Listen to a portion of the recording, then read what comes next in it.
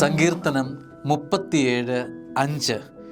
നിന്റെ ജീവിതം കർത്താവിന് ഭരമേൽപ്പിക്കുക, കർത്താവിൽ വിശ്വാസമർപ്പിക്കുക, അവിടുന്ന് നോക്കിക്കൊള്ളും.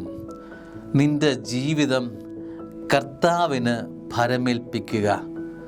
കർത്താവിൻ്റെ കരത്തിലേക്ക് നിന്റെ ജീവിതത്തെ വെച്ചു കൊടുക്കുക എന്നർത്ഥം.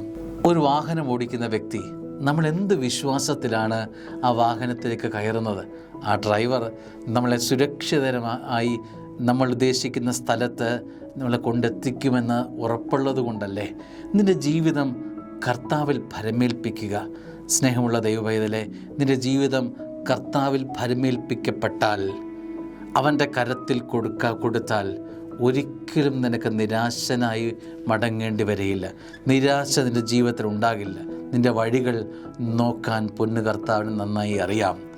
നീ ഒരുപക്ഷെ ബലമുള്ള എത്ര വലിയ സൈന്യത്തെ നിൻ്റെ ജീവിതത്തെ നോക്കാൻ ഭരമേൽപ്പിച്ചാലും അതിനേക്കാളും ഭംഗിയായി നോക്കാൻ നിൻ്റെ കർത്താവിനറിയാം. അത് നിൻ്റെ തലമുടിയുടെ പോലും എണ്ണപ്പെട്ടിരിക്കുന്നു.